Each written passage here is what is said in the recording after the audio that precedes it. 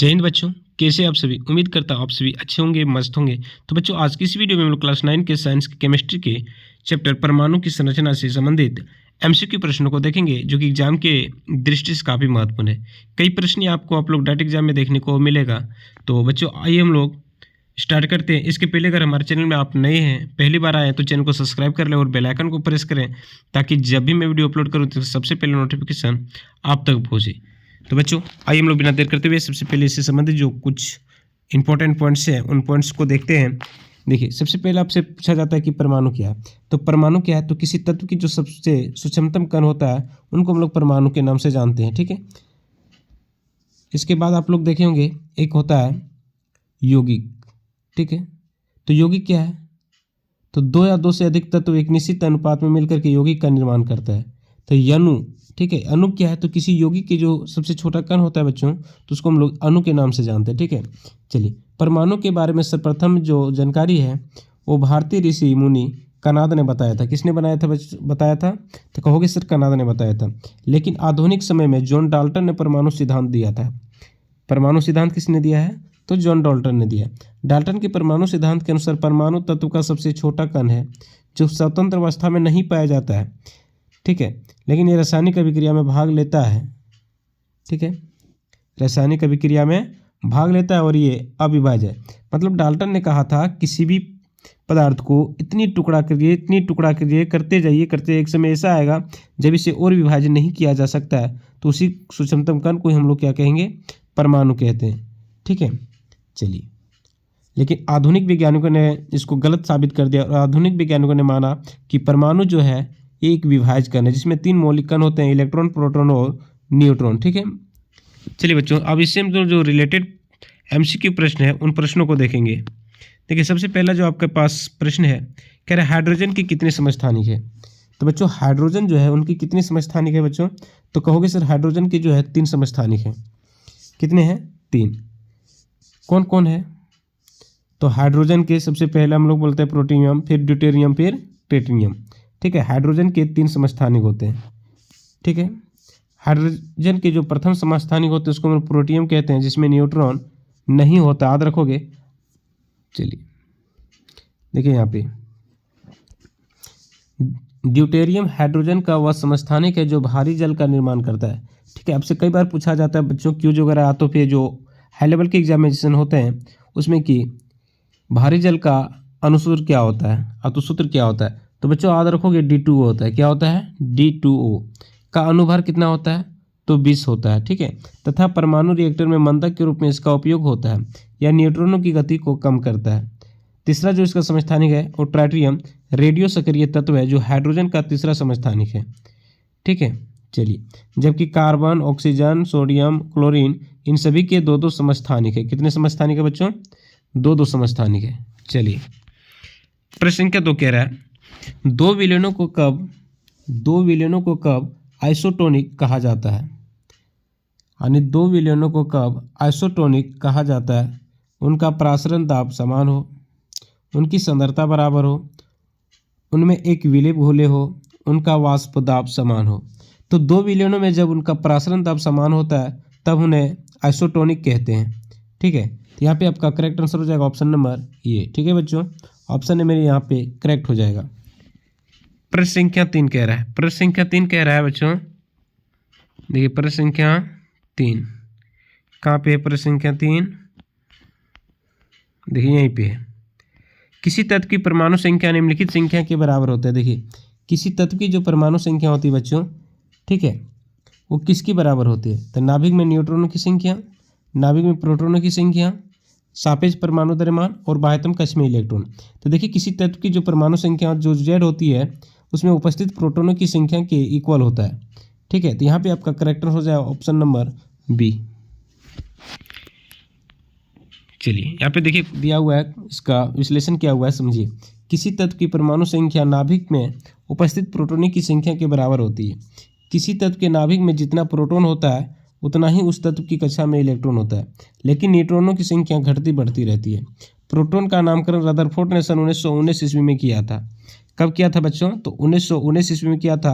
Proton का जो द्रव्यमान होता है 1.67 × 10⁻27 kg होता है। ठीक है, हाइड्रोजन अर्थात प्रोटियम के परमाणु में न्यूट्रॉन नहीं होते हैं। विशेष रूप से प्रोटॉन तथा न्यूट्रॉन दोनों 3 क्वांकों से मिलकर बनते हैं। ठीक है। प्रश्न संख्या 4 कह रहा है बच्चों, कह रहे किसी भी रासायनिक यौगिक की न्यूनतम संभव इकाई क्या है? किसी भी रासायनिक यौगिक की न्यूनतम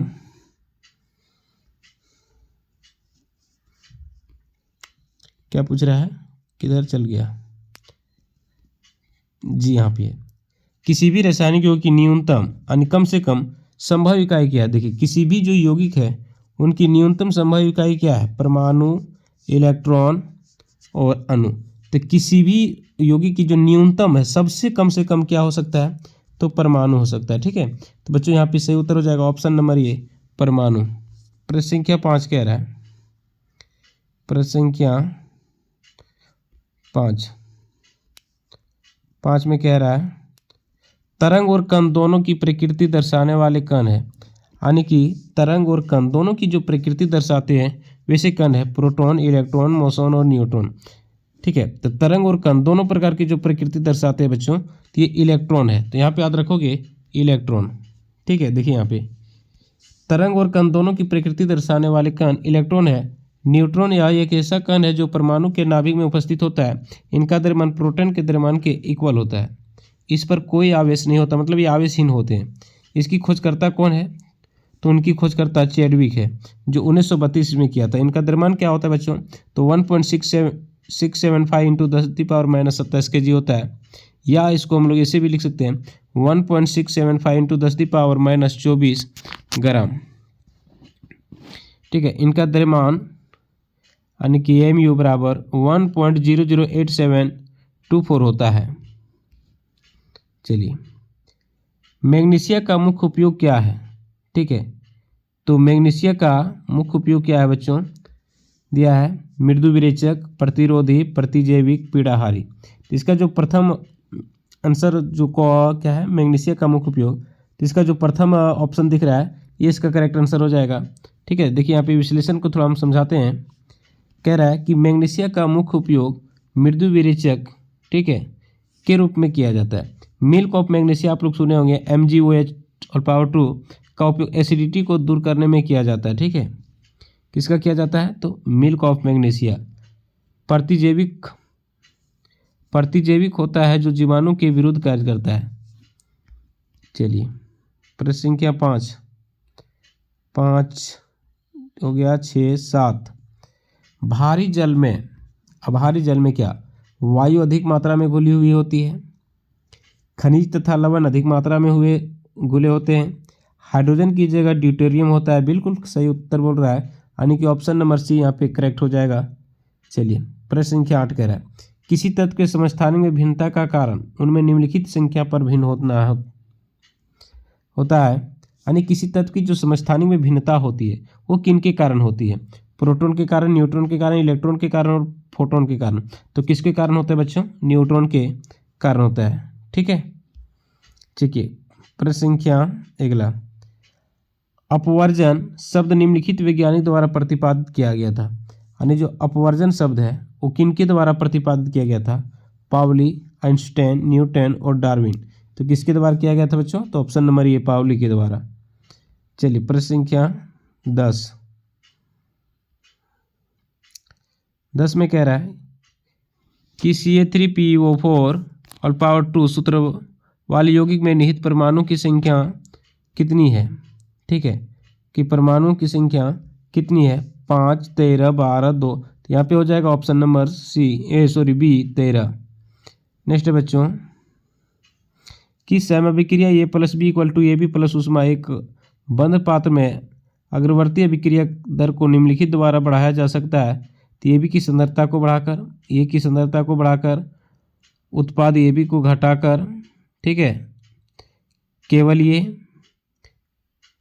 3, केवल 1 और 3, A 2 और 3। तो बच्चों यहाँ पे आपका जो सही उत्तर होना चाहिए मेरे अकॉर्डिंग, ठीक है, ये की सांद्रता को बढ़ा सकते हैं हम लोग और इनकी AB जो है को हम लोग घटा सकते हैं। तो यहाँ पे D होना चाहिए। चलिए, किसी तत्व के विभिन्न समस्थानिकों का निम्नलिखित समान होता है।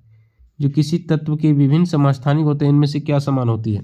परमाणु द्रव्यमान, परमाणु संख्या, कक्षा इलेक्ट्रॉन का विन्यास। ठीक है, तो क्या हो जाएगा? तो हो जाएगा बच्चों परमाणु संख्या और कक्षा इलेक्ट्रॉन का विन्यास, यानी कि ऑप्शन नंबर सी करेक्ट हो जाएगा। 13 कह रहा है औद्योगिक प्रक्रम द्वारा प्राप्त सोडियम कार्बोनेट का नाम क्या है? ठीक है, देखिए औद्योगिक प्रक्रम द्वारा प्राप्त सोडियम कार्बोनेट का नाम क्या है? बेकिंग सोडा, धोवन सोडा, चूना और काली राख। ठीक है, तो सोडियम कार्बोनेट का क्या नाम क्या है बच्चों? तो धोवन सोडा है। ठीक है, नेक्स्ट है माइटोमाइसिन नामक प्रतिजैविक निम्नलिखित रोगों के कुछ विशेष प्रकार के उपचार में काम आता है। देखिए माइटोमाइसिन नामक प्रतिजैविक जो है किस रोग के विशेष उपचार में किया जाता है? तो कैंसर के उपचार में किया जाता है बच्चों, याद रखिएगा। ठीक है, फेरिक ऑक्साइड में लोहे की संयोजकता कितनी होती है? देखिए जो फेरिक ऑक्साइड होती है, ठीक है, Fe2O3, उसमें लोहे की संयोजकता कितनी होती है? कितनी होती है बच्चों? 3 होती है। चलिए नेक्स्ट, रासायनिक यौगिक का सबसे छोटा संभाव्य यूनिट क्या होता है? तो किसी भी रासायनिक यौगिक जो सबसे छोटा संभाव्य यूनिट होता है वो परमाणु होता है, याद रखोगे। ऑप्शन नंबर ये करेक्ट हो जाएगा। 17, किसी तत्व की परमाणु संख्या किससे की संख्या है? ठीक है, मैंने कह रहा है किसी तत्व की जो परमाणु संख्या होता है वो है, तो नाभिक में न्यूट्रॉन जी नहीं, नाभिक में इलेक्ट्रॉन ये भी नहीं, नाभिक में क्या हो सकता है? प्रोटॉन। ठीक है, यानी जेड बराबर क्या होता है? जेड को हम लोग परमाणु संख्या जो होता है इसको इंडिकेट करते हैं। ठीक है, जेड बराबर पी बराबर क्या? ई, यानी चूंकि देखिए पी इसलिए बोले तो ये प्रोटॉन की संख्या ही हम लोग क्या कहते हैं? परमाणु की संख्या। और प्रोटॉन की संख्या और इलेक्ट्रॉन की संख्या जो होता है वो इक्वल होता है। ठीक है, अगला है बच्चों कितना नंबर हो जाएगा? 19 नंबर। किसी तत्व के गुणों को प्रदर्शित करता है, किसी तत्व के गुणों को प्रदर्शित करता है परमाणु क्रमांक, परमाणु भार, अणुभार और तुल्यांकी भार। तो यहाँ पे हो जाएगा आपका क्रम संख्या 1 परमाणु क्रमांक। चलिए प्रश्न संख्या 20 कह रहा है किसी तत्व के परमाणु में 10 इलेक्ट्रॉन, 10 प्रोटॉन और 12 न्यूट्रॉन है तो उस तत्व का परमाणु भार कितना होगा? तो ठीक है, यानी 10 इलेक्ट्रॉन और 10 प्रोटॉन और 12 न्यूट्रॉन है तो कितना हो जाएगा बच्चों? तो 10 और 12 जोड़िए कितना हो जाएगा? 22। ठीक है, यानी कि ऑप्शन नंबर बी में दिया हुआ है। किसी तत्व के परमाणु भार को किस में व्यक्त किया जाता है? देखिए किसी तत्व के जो परमाणु भार होता है बच्चों किस में करता है? तो AMU में करते हैं हम लोग। ठीक है, एक चीज यहाँ पे देखिए काफी इंपॉर्टेंट दिया हुआ है, याद रखिएगा। एक AMU बराबर कितना होता है? तो एक AMU बराबर होता है, ठीक है, यानी AMU का मतलब होता है एटॉमिक मास यूनिट। तो 1.66 इंटू 10⁻⁻27 kg या फिर 1.66 इंटू 10⁻⁻24 ग्राम। ठीक है, अब यहाँ पे थोड़ा ध्यान दीजिएगा। एटॉमिक मास यूनिट जो होता है परमाणु द्रव्यमान इकाई, कार्बन के एक परमाणु के द्रव्यमान के 12वें भाग के परमाणु द्रव्यमान के इकाई को कहते हैं। ठीक है, एक मोल मीथेन में इलेक्ट्रॉन की कुल संख्या कितनी होती है? ठीक है, तो बच्चों एक मोल जो मीथेन होता है, ठीक है, मीथेन का सूत्र क्या होता है?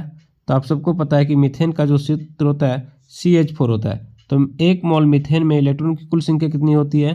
तो 6.022 इंटू 10⁻24 होता है।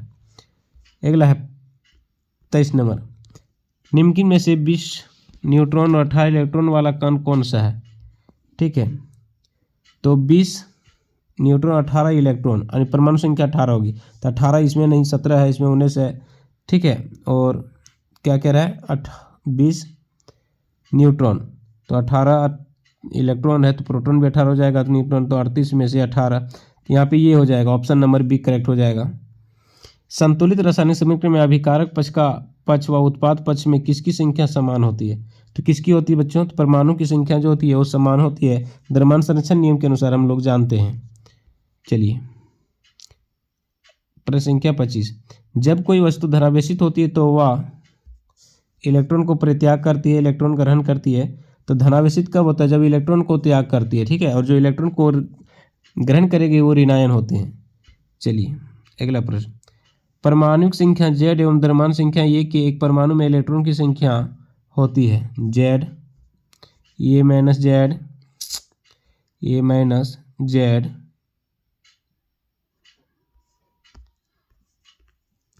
क्या है,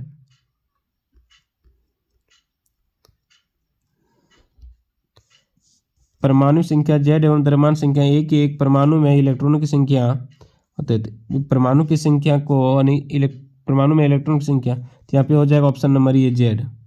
27 में कह रहा है बच्चों, हाइड्रोजन में एक इलेक्ट्रॉन लेकर हीलियम का विन्यास प्राप्त करने की प्रवृत्ति होती है। इस प्रवृत्ति की समानता रखता है, किससे रखता है, अक्रिय गैसों से रखता है बच्चों, याद रखिएगा। क्षार धातुओं से नहीं होगा, क्षारीय मृदा धातुओं से नहीं होगा, अक्रिय गैसों से बिल्कुल ये होगा।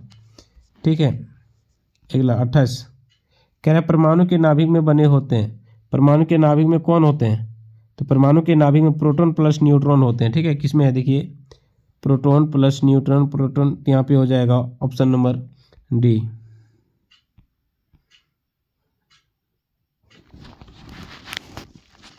अगला, ऐसे दो तत्व जिसमें इलेक्ट्रॉन की संख्या भिन्न भिन्न है लेकिन जिनकी द्रव्यमान संख्या समान हो, उसे हम लोग क्या कहते हैं, तो उसे हम लोग समभारिक कहते हैं। क्या कहते हैं, समभारिक कहते हैं। ऐसे दो तत्व जिसमें इलेक्ट्रॉन की संख्या भिन्न भिन्न है लेकिन जिनकी द्रव्यमान संख्या समान हो, उसे हम लोग समस्थानिक कहते हैं। ठीक है, जैसे यहाँ पे कार्बन 6 और 14 और नाइट्रोजन 7 और 14, देखिए दोनों की परमाणु संख्या क्या है, भिन्न भिन्न है। एक की परमाणु संख्या 6 तो दूसरी की कितनी है, 7 है, लेकिन दोनों का जो परमाणु द्रव्यमान है वो सेम है, 14। लेकिन ऐसे तत्व जिनका परमाणु संख्या समान किंतु द्रव्यमान संख्या भिन्न भिन्न हो, उसे हम लोग क्या कहते हैं, तो समस्थानिक कहते हैं। जैसे भी हम लोग हाइड्रोजन का देखे थे। ठीक है, चलिए प्रश्न संख्या 31 कह रहा है कि किसी तत्व का परमाणु भार 35 है तथा 18 इलेक्ट्रॉन है, तो उस तत्व के प्रोटॉनों की संख्या कितनी होगी। देखिए 18 इलेक्ट्रॉन है। ठीक है, तो इलेक्ट्रॉनों इक्वल टू हम लोग प्रोटॉन का जानते हैं कि इलेक्ट्रॉन और प्रोटॉन दोनों की संख्या क्या होती है, बराबर है। तो 18 इलेक्ट्रॉन, तो प्रोटॉन भी कितने होंगे, तो 18 ही भी होगा। यूरेनियम का कौन सा आइसोटॉप न्यूक्लियर रिएक्टर में होने वाली श्रृंखला प्रतिक्रिया को जारी रखने की क्षमता रखता है, तो किसका किया जाता है बच्चों, तो आप लोग को पता है कि यूरेनियम 235 का किया जाता है। ठीक है,